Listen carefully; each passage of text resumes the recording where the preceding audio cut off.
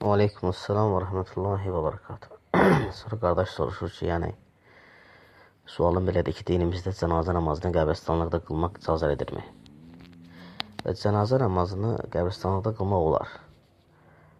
Həmçinin necə ki, Şeyx İbn Baz Rahiməllahdan soruşurlar və Şeyx İbn Baz Rahiməllah buyurur ki, lə haracə fi zəlikə salatul cənazə təfəli fil məqabir və həqət aləl meyyid bə'də dəfn.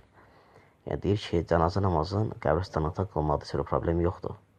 Hətta meyyit dəfn olunandan sonra belə qəbirə üstündə durub cənazə namazı qılmaq olar. Necə ki, Peyğəmbər sallallahu əleyhi və səlləm bunu etdi. Və qadağan olan, hansı ki, qəbirstanlıqda namazın qadağan olunması rükû və səcdə olan namazlardır. 5 vaxt namaz və yaxud nafilə namazlar. Yəni o namaz ki, rükû və səcdəsi var. O namazlar qadağandır. Necə ki, Peyğəmbər sallallahu əleyhi və səlləm buyurur ki, "Lə tusallu iləl qubur və lə təclisu aleyhə." Qəbrə tərəf namaz qılmayın və onların üzərində oturmayın.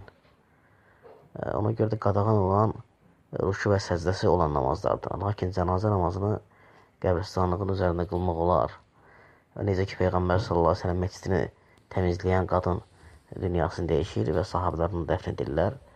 Və Allah Rasulü qadını soruşanda deyirlər ki, ya Rasulü, vəfat edə biz dəfn etdik. Və Peyğəmbər sallallahu sahabələrə deyir ki, bəs niyə mənə xəbər etməmişsiniz? Və gedir qəbrin üstündə durur və cənazəsini qılır. Onsuz cənazə namaz qılır və dua edir onsun. Ona görə qəbir üstündə cənazə namaz qılmaqda problem yoxdur. Allah bir daha doğrusun.